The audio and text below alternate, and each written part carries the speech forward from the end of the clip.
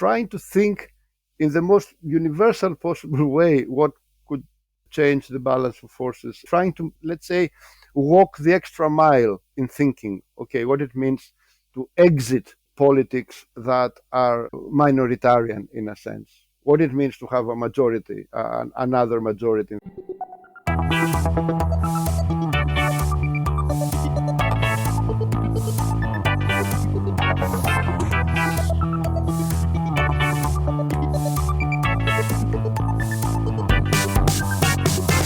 Milan ou Tripoli, Vilnius ou Benghazi, Paris, Moscou, on fait le boonga, boonga. Hello, Happy New Year. I hope 2026 is treating you well. Hello from late 2025 when we're recording this. Maybe that's some hauntology or something for you. In any case, we know very much where we are. We are at the end of history, and that is what this is about, that and what comes next.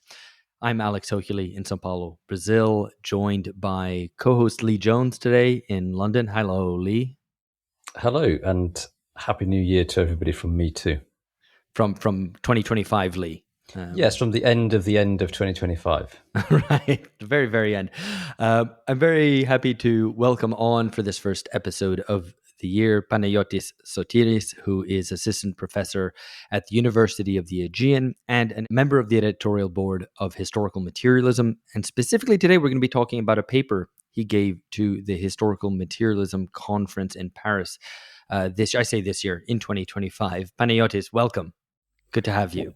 Yeah, it's also good for me to be here, and I'd also like to extend best wishes for 2026, or to put it differently, let's hope it's at least a little better than 25.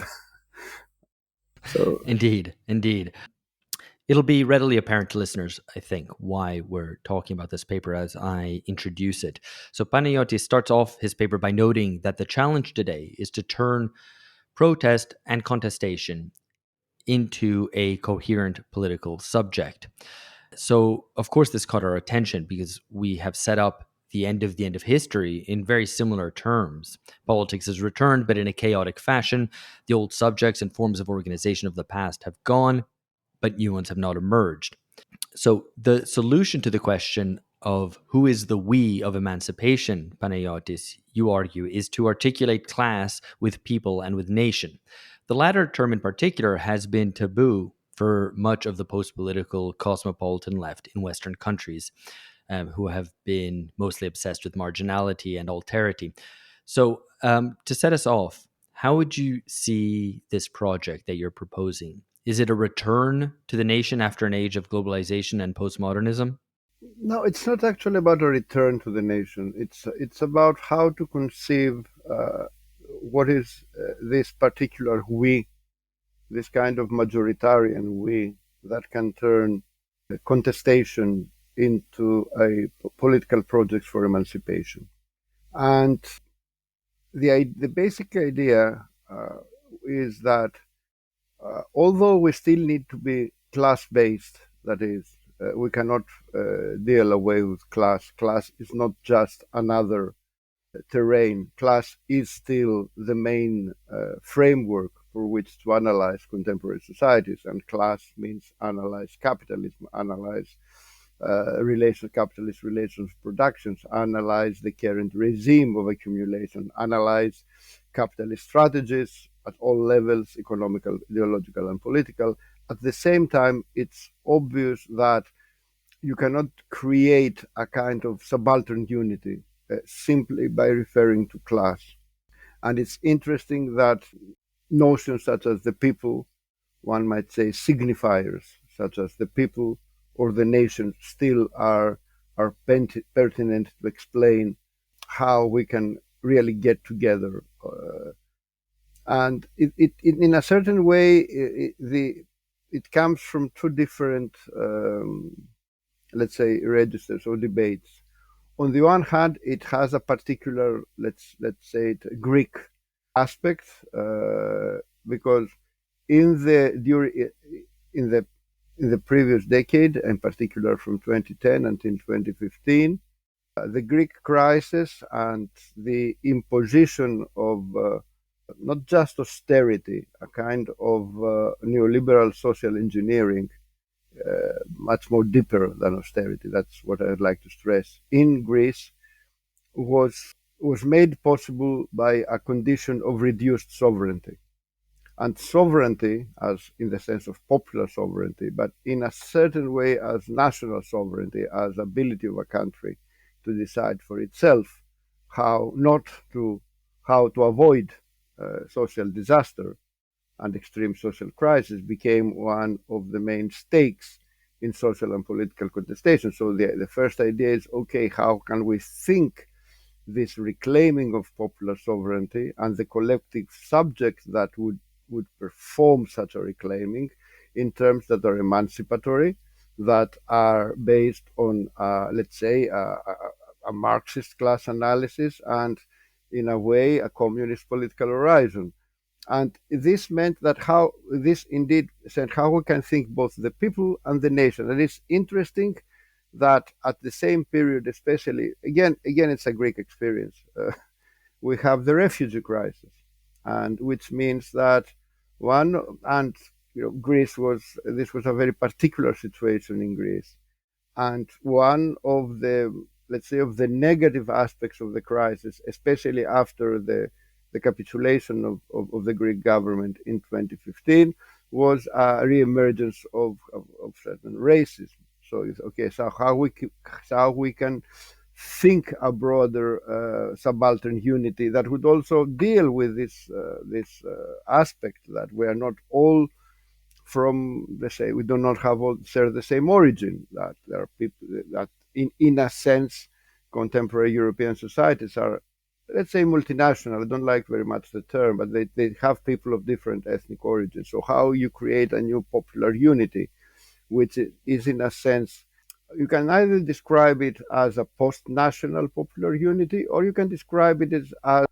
let's say, as a reconfiguration of the very notion of the nation. This was one inspiration, and I wrote a version of this paper with a strongly Gramscian kind of overtone. Was presented in London in 2016 and was also turned into an article. But then I had been following, and that's the reason this paper was given in Paris.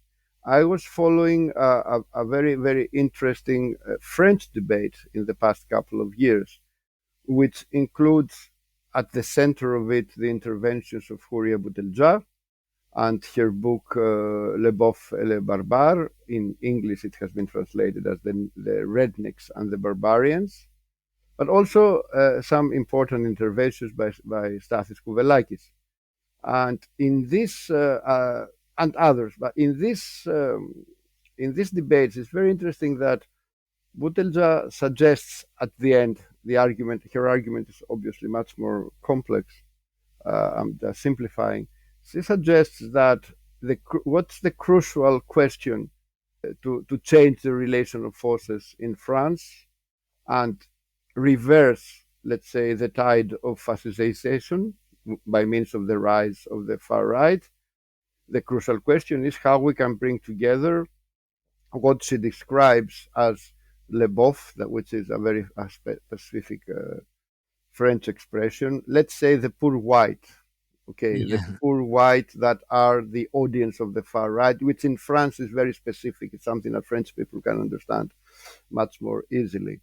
Or one might Yeah, which think would be like the chuds or something in the United States, or or the I don't redneck, the know. kind I don't of know if there's redneck something. following of the Yeah, white working class following of far right or of Trump. In a sense, it's different than in France. It's you have a very specific situation where the traditional working class is following the far right. On the other hand, you have the what she calls the barbarians, which is the people from the suburbs, which is the popular subaltern social strata as well, but they are racialized and they are victims of racism. And the question is how you can bring together these two segments of the subaltern classes. And her answer was that obviously you cannot do it by simply invoking class or invoking that people, you shouldn't think about this. We have nothing should divide us because we know things do not work.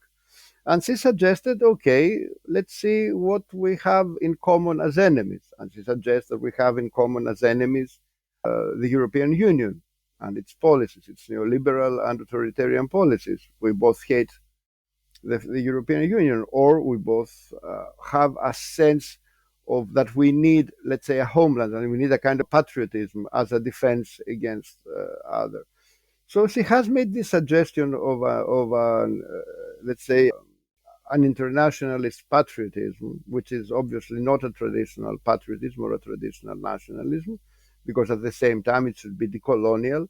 So I thought that this was a very, very interesting intervention, also because it tried to think in terms of, let's say, thinking politics in a large scale, thinking in a strategic way, doing subaltern politics beyond, let's say, some struggles that we might be present on. But okay, so thinking about what has to be done in society. So I revisited my earlier, let's say, work on this question. I mean, it was just an intervention.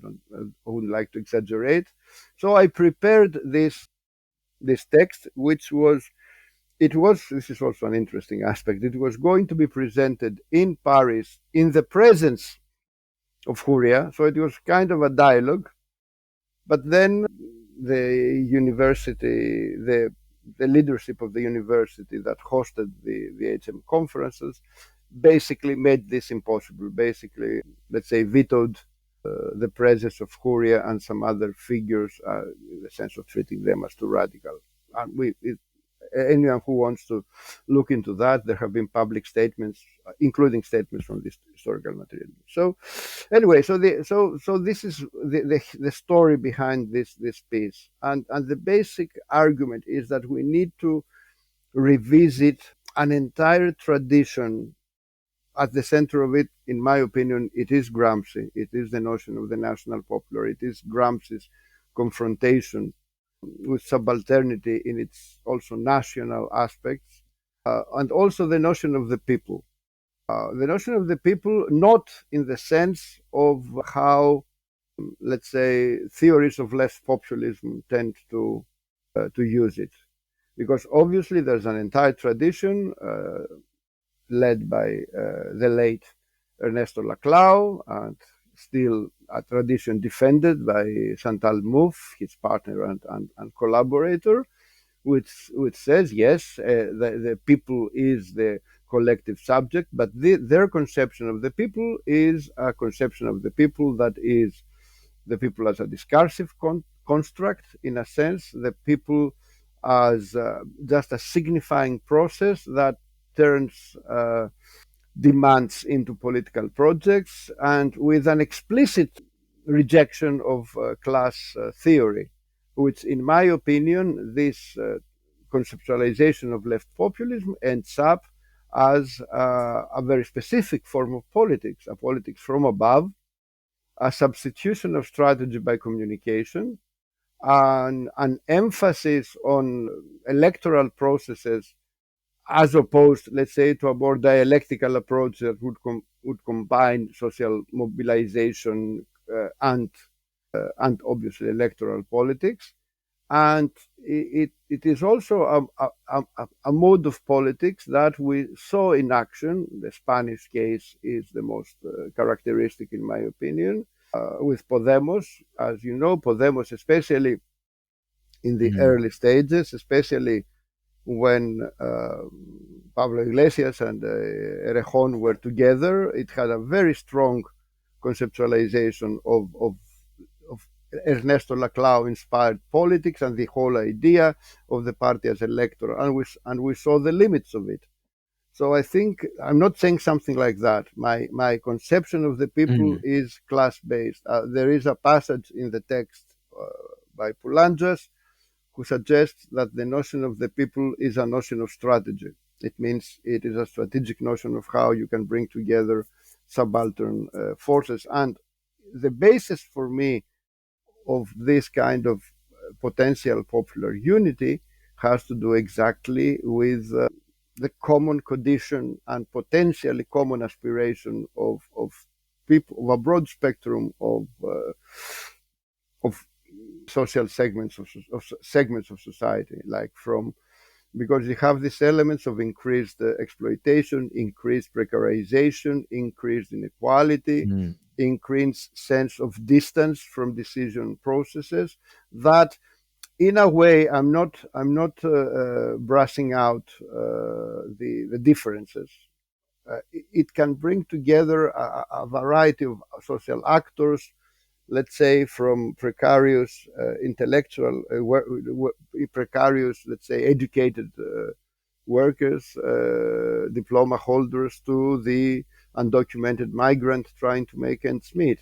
There's a common element, and if you can turn this common element of precarious exploitation, oppression into common aspiration and common struggle, you have the material basis, to put it in traditional terms, of such a popular unity. And it is upon, and if you are going to talk about, let's say, identities, it is, you will start on this material basis. And in a similar way, Mm. one can think of the nation.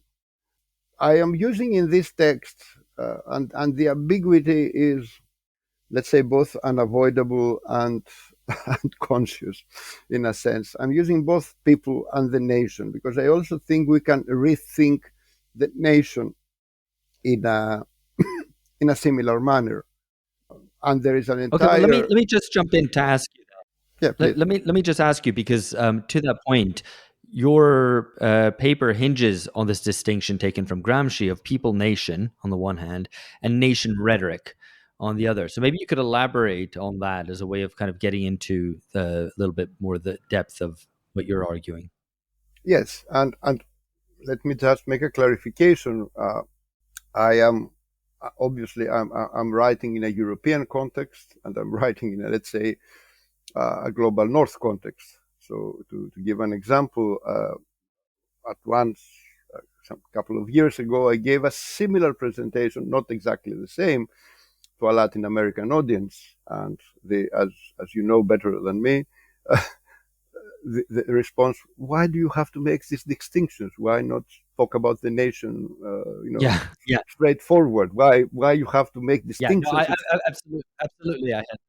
You can understand I the had the same sense impression reading your piece, but I understand. But I understand. But of course, in Europe, in at least yeah, Western European, actually European in in general, Europe. in North In American Europe, context, nationalism the is resonance something. is Yeah, in Europe, nationalism is something that you have to confront.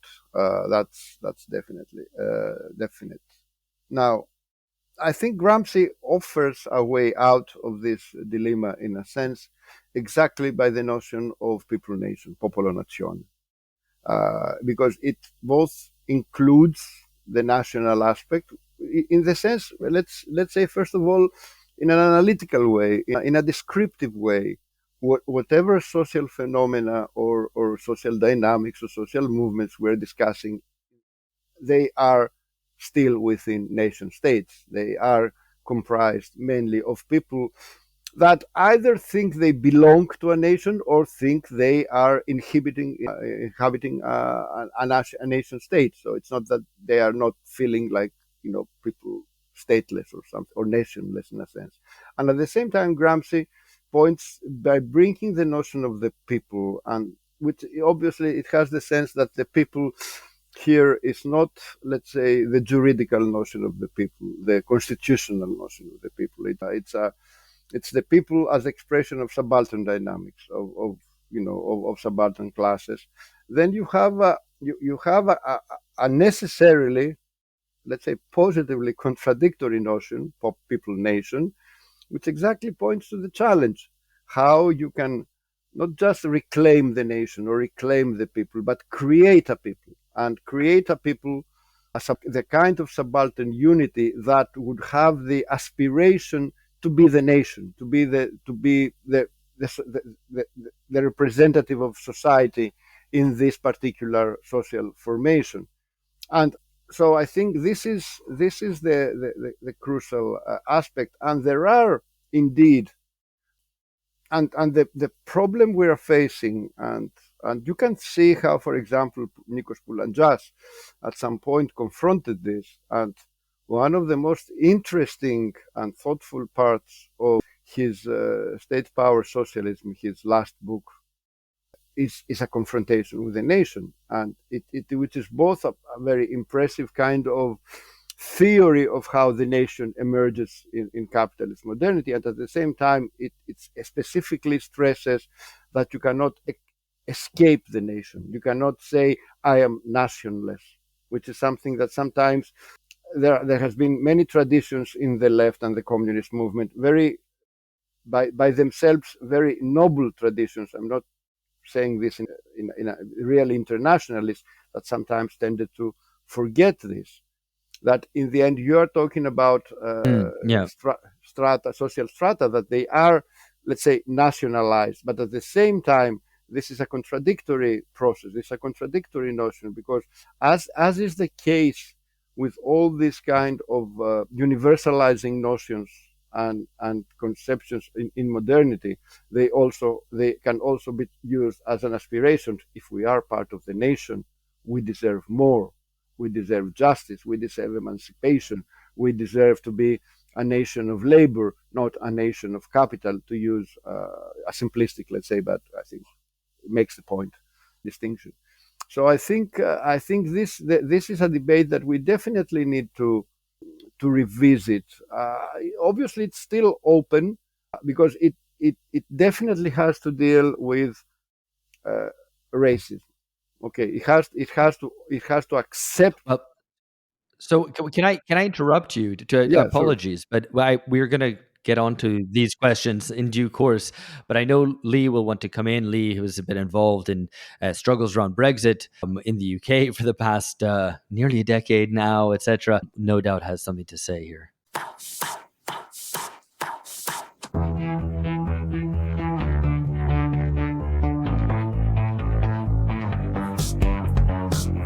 Yes, I think I think there's lots to admire in this in your article, and I think what's interesting is the article itself, and then some of your references to others indicates that there is now some thinking about the nation on the left, and this does, as Alex says, resonates with work that I've been doing including with two other co-hosts of this podcast, and George Hoare and Philip Cunliffe and Peter Ramsey in our book Taking Control, in which we argued that you have to reclaim the nation as the necessary space for political organisation and beating back globalist neoliberalism. So strongly agree with where you're going, and the corrective that you set out to left populism is also, I think, really welcome, that this is not just stitching together, a load of random rainbow coalition type thing, but this is a Marxist populism, if you like, where you're basing the people on particular class groups.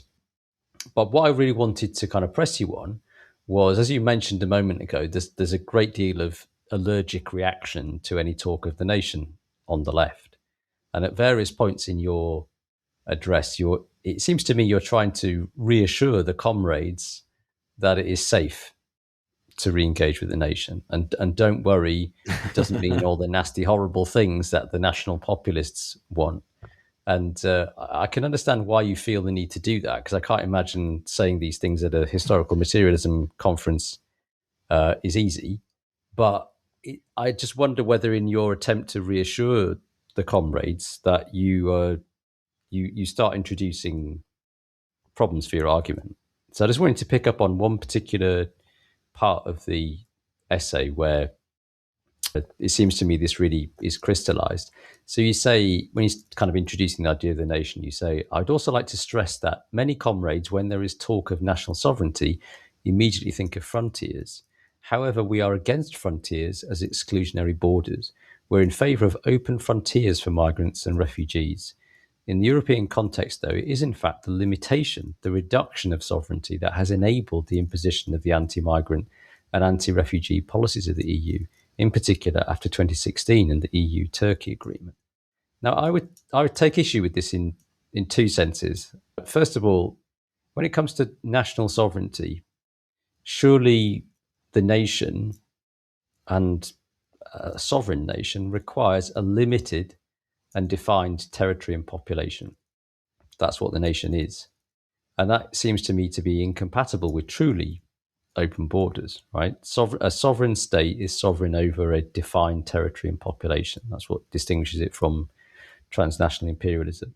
So, I mean, to take a stupid scenario, we wouldn't say that 10 million Chinese people could move to the UK before the next general election and vote in order to sway the result.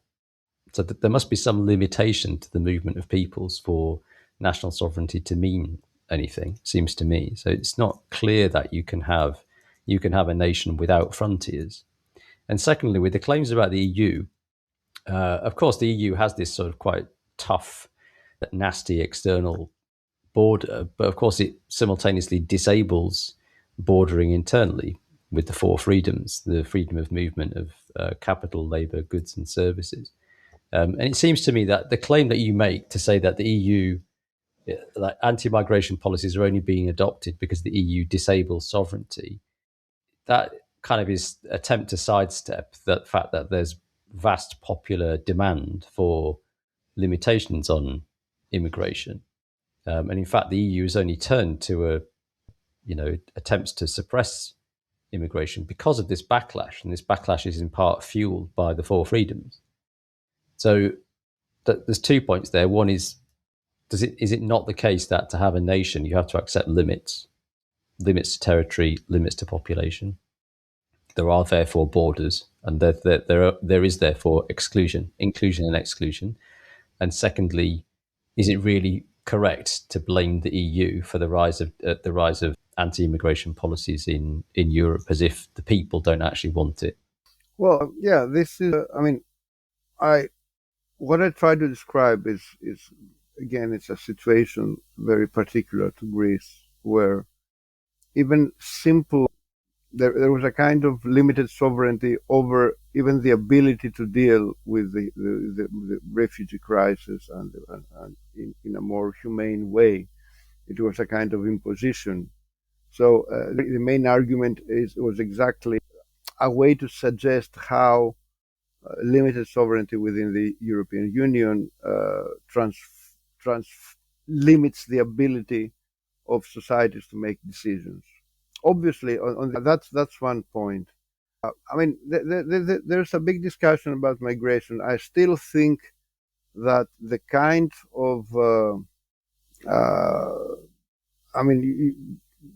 the kind of migration movements that we're facing now in Europe, in the global north in particular, if you see the numbers, if you see the dynamics, etc., in fact, they suggest that we're not facing anything like all these conspiracy theories or from the far right suggesting, big replacement. And there are numbers that are still similar to other population movements in the 20th century, if you see it in terms of analogy. And in a certain way, one might, obviously there is a kind of a kind of sentiment in aspects of the population that support hard policies against migrants. But I think, as you mentioned, this has to do more with a broader sense of, let's say, lack of control, rather than with actual fear or racism, fear of migration. And the history of European states is a history of big migration movements, and one can think in many countries this process. So I don't think there's a question of let's say limits. Obviously, it poses the question of how do you create a kind of popular unity? How do you create forms of unity within society?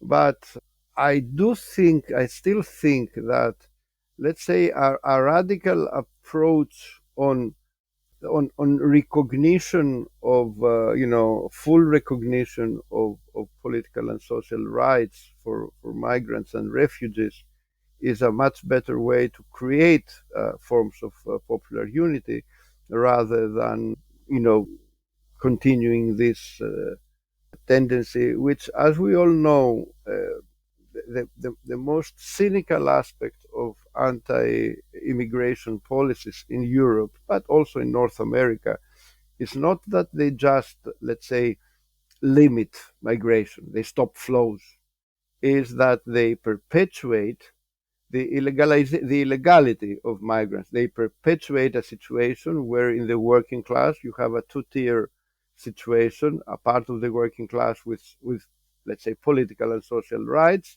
and a part of the working class in an extremely precarious, extremely dangerous situation. And I think on that you have to see what you can do. You have to fight against it. And but oh, I agree, however, that obviously the borders in Europe are very porous when we talk about movements of capital uh, or movements of investors, including the very fact that at the same time that Europe is sealing off its borders to migration flows that are fully, I don't like the word, for lack of better word, let's say manageable, able to be dealt with, incorporated into society, and at the same time they have, they sell out citizenship through golden visas, which is a total, a kind of a very impressive, if you think of it, even ideologically, commercialization of what is supposed to be an identity, or what's supposed to be an earned right in a sense. No, okay, Or if you have the citizenship, yes. money, if you have the money, you are welcome, which is as cynical as it can be. So, I mean, I agree that to have, I mean, if you are in favor, like I am, of a liberal and humane migration policy, then you need not only effective national sovereignty, but a degree of legitimacy for those policies, and indeed legitimacy for the regime of a degree which is just not existent in Europe today, or indeed in any kind of advanced nation state, or indeed possibly anywhere. And in that scenario, it's, I think, only through the conquest of popular sovereignty that you can even have a debate, I think, about what kind of immigration policy you want to have.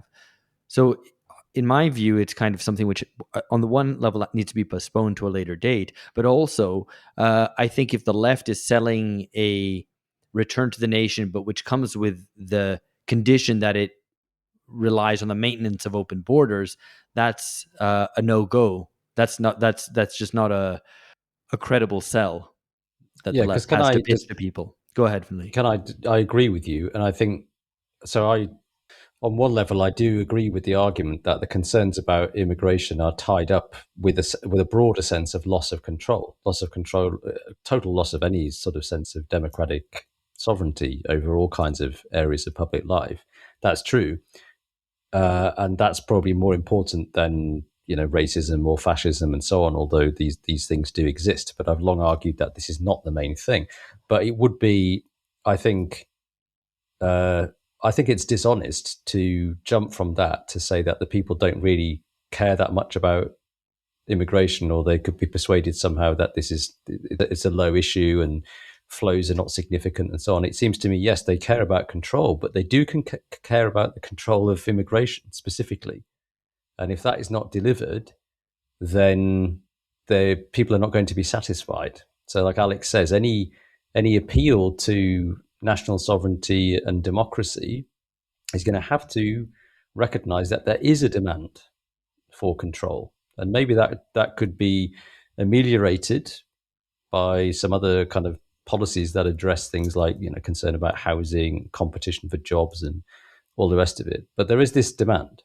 It does seem to exist. It's not just because the EU has stripped countries of sovereignty and therefore there's a hostile border regime.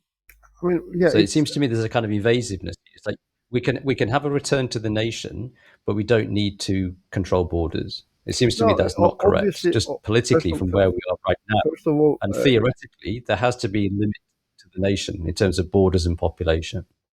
yeah, I mean, this is a.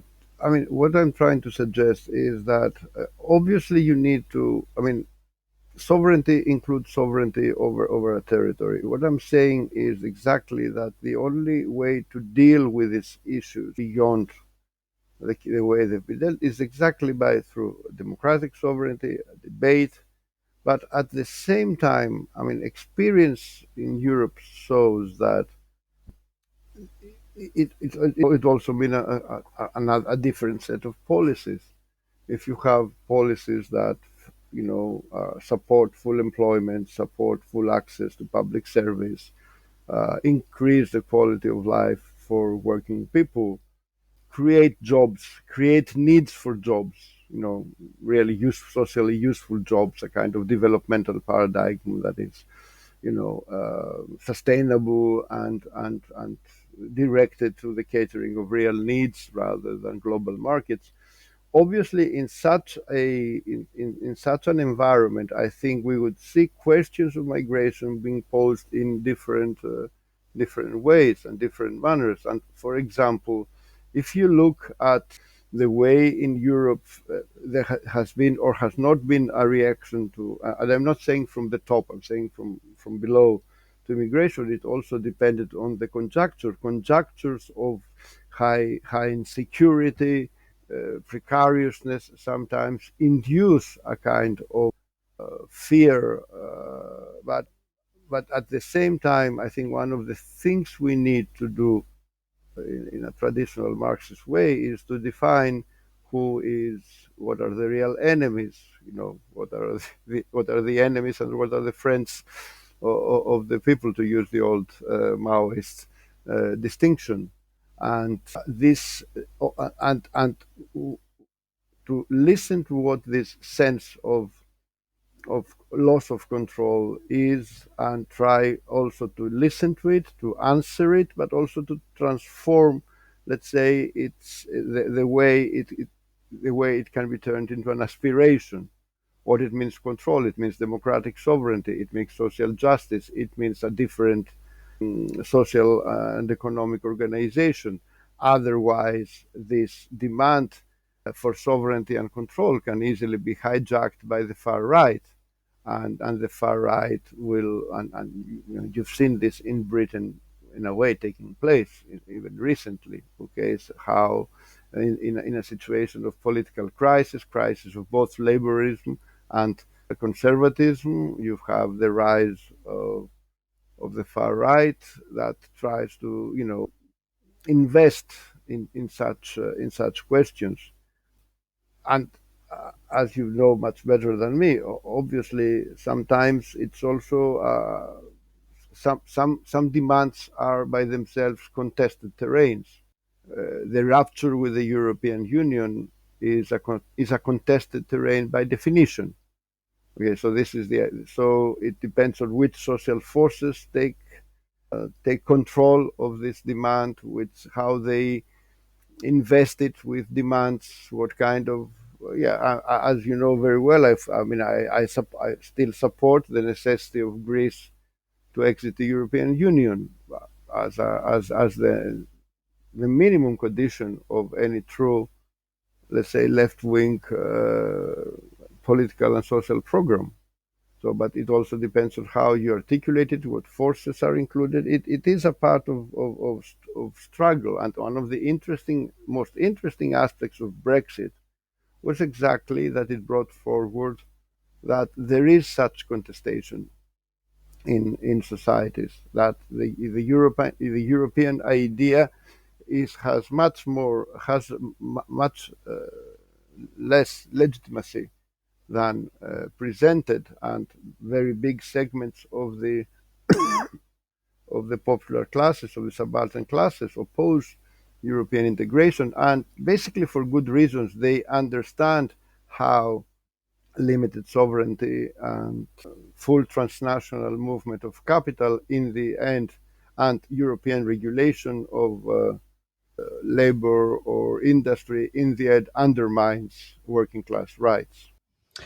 Let me try and put the issue in a slightly different way by reference to Perry Anderson's essay in the New Left Review, which we've discussed a few times on this podcast, where he is trying to analyze the impasse of contemporary politics by saying that there are basically three problems associated with neoliberalism and its attendant institutions like the EU, which function in the way that you describe. And he says the things that are driving people mad are inequality, oligarchy, and factor mobility, by which he means the free movement of capital and people across borders in particular. And he says if you look at the main challenges to the system, they're populist challenges. Left populists have attacked inequality and oligarchy, and right populists have attacked oligarchy and factor mobility, particularly migration. And we haven't escaped our crisis. And Anderson argues that's because the populists are not willing to attack all three legs of the problem simultaneously. So sometimes populists might talk about inequality, and oligarchy, and factor mobility, but they're more likely to focus on oligarchy and factor mobility. But the left doesn't really want to touch factor mobility. It's willing to talk about inequality and oligarchy, but it's not willing to talk about borders and migration control. And so that just produces this ongoing division and crisis as he sees it. How do you respond to that thesis? I think that, first of all, factor mobility is not just migration. Okay, it is, above all, it is capital mobility, is investment mobility, and it is commodity mobility. So obviously, on that, this is something that also the left tends to underestimate. They take a certain version of globalization and internationalization as granted, whereas a certain version of free trade, obviously you cannot have social transformation with free trade, and this hasn't got to do anything with isolationism or any sense of, let's say, self-autarky or things like that. It has to do with a very simple fact. The internationalization of capital historically has been one of the main ways that capitalist forms have expanded. And I'm not saying just expanded in the sense of just being reproduced, also as a constant pressure. Because if the more a country is open to international competition, this means international capitalist competition. This means competition for higher productivity. And competition for higher productivity in capitalist terms means a constant pressure upon workers to be exploited more. Higher productivity. In the last instance, higher productivity means higher exploitation in capitalism. And if you go back to the beginning of the European Union, one of the reasons, some of the reasons that the common market was formed, and then to the common market we had free movement of capital. I'm talking way before, let's say, the single currency.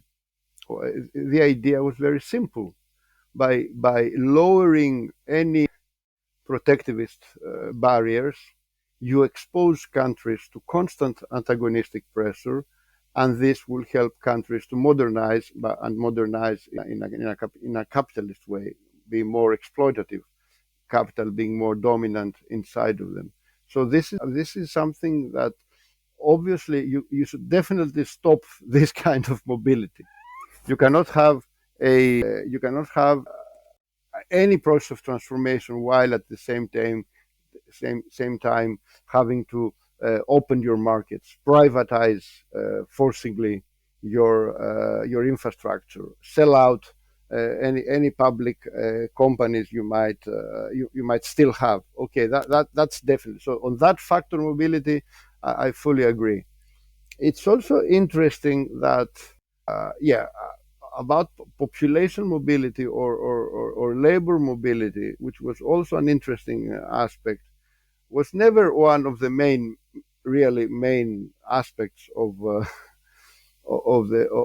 the European plan. The main plan was and as you can see, if you look at how, for example, when countries of the former Eastern Bloc joined the European Union at the beginning, they didn't have the full freedoms, the right of mobility. and only later did they acquire that. They were in the beginning. There was a situation where they would be members of the European Union, but their workers would still be considered migrant labor or even unwanted. So I think, yeah, I can agree on full fact. I still think I'm still not convinced. Let's put it in a simple way, that migration is a real, let's say, a real threat. I can understand how migration can be exploited, can be used in many instances, but I don't think it's a real threat. And I can, in the sense often described in the discourse of the far right, for example. And I do think, but I would agree that yes, in conditions of proper popular sovereignty, you can have a proper discussion on these aspects. And I also think that if you address both oligarchy, inequality, and capital mobility, a kind of a sense that borders are not so porous in relation to antagonistic, competitive, free trade capitalist pressure, then you might have a space to discuss migration in a way that can overcome whatever, let's say, racial prejudices are there. And obviously, you might be in a position to start to have a discussion in general about migration, about, how we can deal with inequalities in the world, because after all, the idea of rupture and regaining sovereignty is also an internationalist, let's say, aspect, move, because it points to a different organization of the global sphere. It points to the possibility that you can have relations of cooperations that do not take the current form, which means a more fair, less unequal global economic order, and a less unequal global economic order in the end means that people are not forced to leave their countries, which because of poverty, extreme inequality, or war, which after all is the main aspect of migration, which sometimes we tend not to discuss. Why are people being forced to leave their countries? Mm.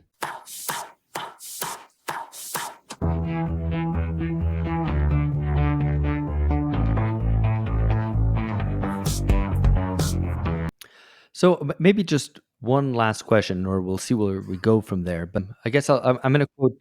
I'll quote Giorgia Meloni to to start off this question. She was quoted recently as saying, "We need to recover awareness of who we are as Western peoples. We have a duty to keep this promise and seek the answer to the problems of the future by having faith in our values, a synthesis born out of the meeting of Greek philosophy, Roman law, and Christian values."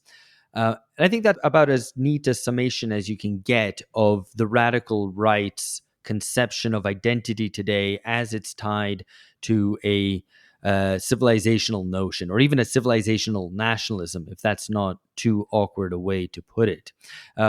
Obviously, the missing link in that chain of history would be the Enlightenment, which would be the one bit which I think any sort of sense of Europeanism should be built on, rather than those other elements, and certainly not Christian values. But in any case, there we have it. You talk a lot, you talk in the piece, and you've mentioned here as well, the threat posed by the far right. Indeed, I would say perhaps more the radical right than the far right. The far right, I think, in most countries remains small, but the radical right, sizable, often in government, and often the largest party in parliament, and so on. Now, it would seem to me that in this scenario, that there's a real opportunity, because while you have a kind of what remains of a left still largely wedded to marginality, cosmopolitanism, and so on, the radical right, which is supposedly nationalist, is often only concerned with these identitarian matters, and often framed in these civilizational terms in ways that don't really speak to the popular demand for a sense of belonging, a sense of common purpose, let alone material demands, which are very present. And it seems to me that when Meloni talks about Greek philosophy, Roman law, and Christian values, I think a lot of people would respond to that, say, well, how does that help me? Or at least at any rate, even if people buy into those ideas, how does that have any connection to my concerns about labor market competition, about the need for jobs, better education, hospitals, all the rest of it. So that would seem to me not so much of a threat, but really an opportunity for the left to be able to, or at least, I don't know if we want to talk about the left, but progressive forces or radical forces or whoever it might be, those who want to stand in the lineage of the radical Enlightenment, to speak in terms in the name of the nation, and to try to recapture that, because it's abandoned in different ways by both left and the right. Well, I mean, in a sense, the true identitarians today is the far right. If there is a political current that is obsessed with identity and is somehow using identity as a substitute of actual policies, and using identity in the sense of an ideological construction, that's the far right. It creates this kind of ideological kitsch of Western, order, etc., because it is also kind of, groundless. I mean, and the interesting thing, obviously, is that it is also very colonial. That's perhaps the most cynical aspect of it, because then it turns into a theory of especially when it comes from forces that are in government, it can be turned into a very specific form of state racism, then kind of deeper state racism, rather than just anti-migrant policies. So my position is that, one, obviously, all these by themselves cannot say anything. They create an ersatz kind of belonging, but in a true postmodern way, in a true, identitarian way. So it's no. If you are going to create a form of belonging, this has to come out of common forms of life, of struggles together, which obviously accepts many forms of difference. It requires a kind of a dialogue. One way or the other, the contemporary landscape of the subaltern classes in Western Europe is multinational, is multi-ethnic, is multi-religious in a sense. So you need to find other forms of unity and other forms of belonging. And basically, this is the idea that if you have a collective project of emancipation, this somehow can bring together and sort of, and the question is never to, in the traditional sense of the nation, let's say, share a common history, although you might find common histories in the plural, which is interesting in themselves. But the question is if you can write a common history in the present, a common history of struggle and hope and, social transformation. And a crucial aspect on that, which is, I think, that sometimes the left tends to underestimate, is that it needs to be decolonial, which is it has to sort of deal with this, not because there's an entire sense of idealization of the, of Western culture or Western, which basically brackets out the history of colonial violence, which in a sense is continued in state racism in countries like France, or in a sense, to another degree also perhaps Britain. Does dealing, sometimes people think that any decolonial approach is basically a deconstructive approach, that it does deconstruct, it doesn't create. I strongly disagree with that, because at the same time there is a, you mentioned radical enlightenment. I would suggest that there is also a kind of a common thread, which is not just, let's say, radical enlightenment. It's radical enlightenment plus all the histories and struggles and traditions of working class movements, especially in their combination with anti-colonial struggles. And there was a period in the 20th century where these kind of struggles were considered to be part of the same, let's say, broader global dynamic. And this creates a kind of subaltern. So it's not just deconstructing, it's a kind of subaltern and progressive universalism that combines both the critical aspirations that coming from, let's say, a decolonial approach with the way let's say, the real inheritor and representative of radical enlightenment, in a sense, was working class movements, the communist movement and Marxism, in a sense, one might say, or in broadly, let's say, radical uh, working class based political movements. These were the real expression of radical enlightenment, and part of this was also a decolonial, strongly decolonial aspect, which was also a liberating aspect. It was a kind of so I think we can to this kind of return to this kind of Western civilization kitsch. In a sense, we have something to oppose that is not just, let's say, a postmodern negation of any kind of identity of tradition, but of a real tradition of struggle and emancipation that we can find in the histories of working class anti-colonial and anti-imperialist movements for the past, centuries.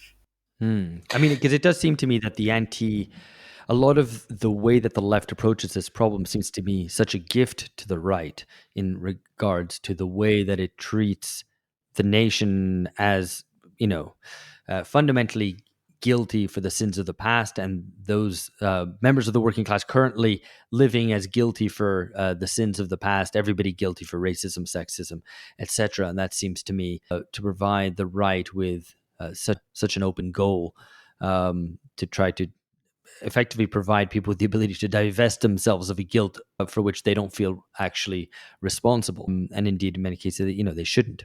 But Lee, you wanted to come in, I think, on similar terrain.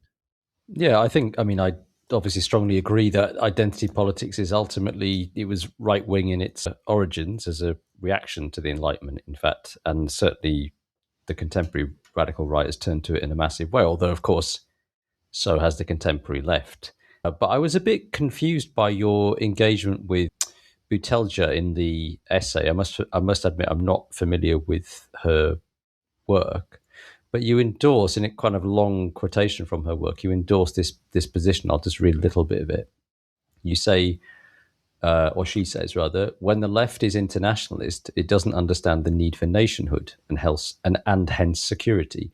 When it is Republican and Universalist, it doesn't understand the need for identity and religion.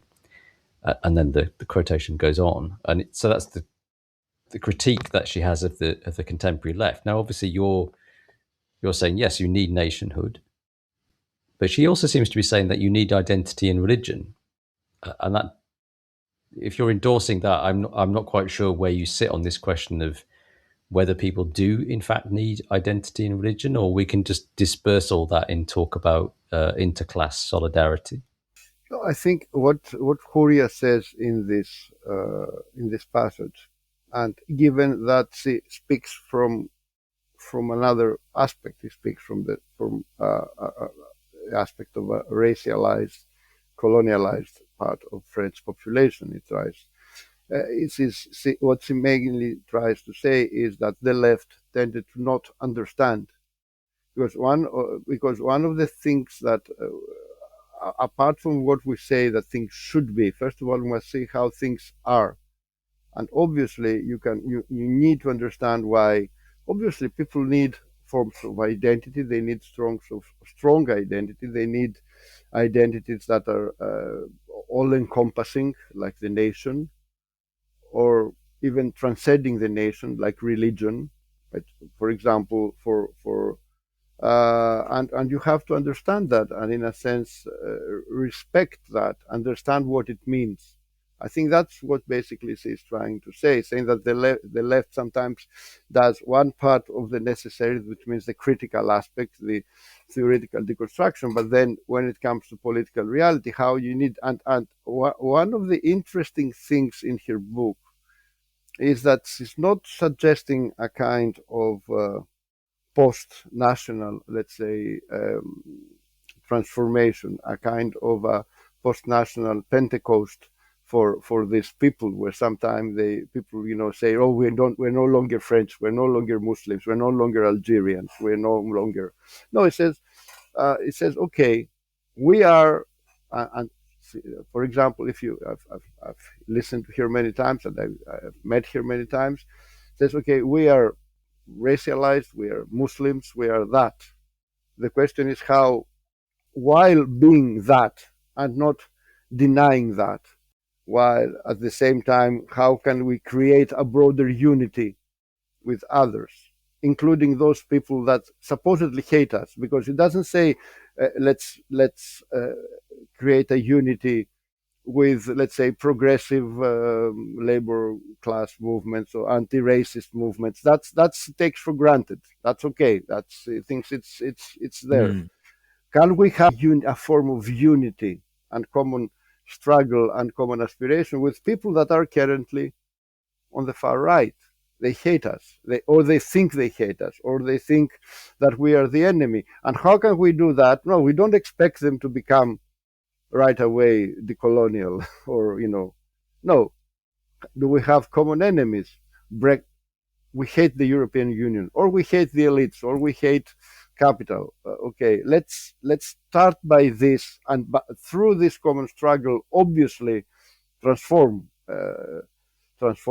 And I would say that this could be a transformative process on both sides that would create a new popular unity. That's why I still tend to prefer sometimes more the term of people rather than the nation, because I think the nation has a very strong historical connotation. But I can also think of a reconfiguration of the nation, a kind of a subaltern nation, a kind of a subaltern nationhood. In Latin America, again, I would make this reference. This would come like very very natural thing to think of, and you can even combine and overcome racism in a sense, or ethnic division in a sense of plurinationalidad, for example, to use another expression for Latin American debates. Europe is different, but yes,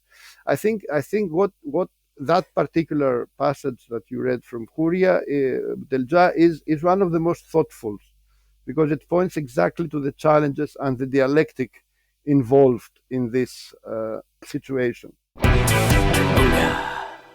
All right, Panagiotis, very good. We will leave that there, but I think it was very enriching to read and then be able to discuss with you this piece on nation and people.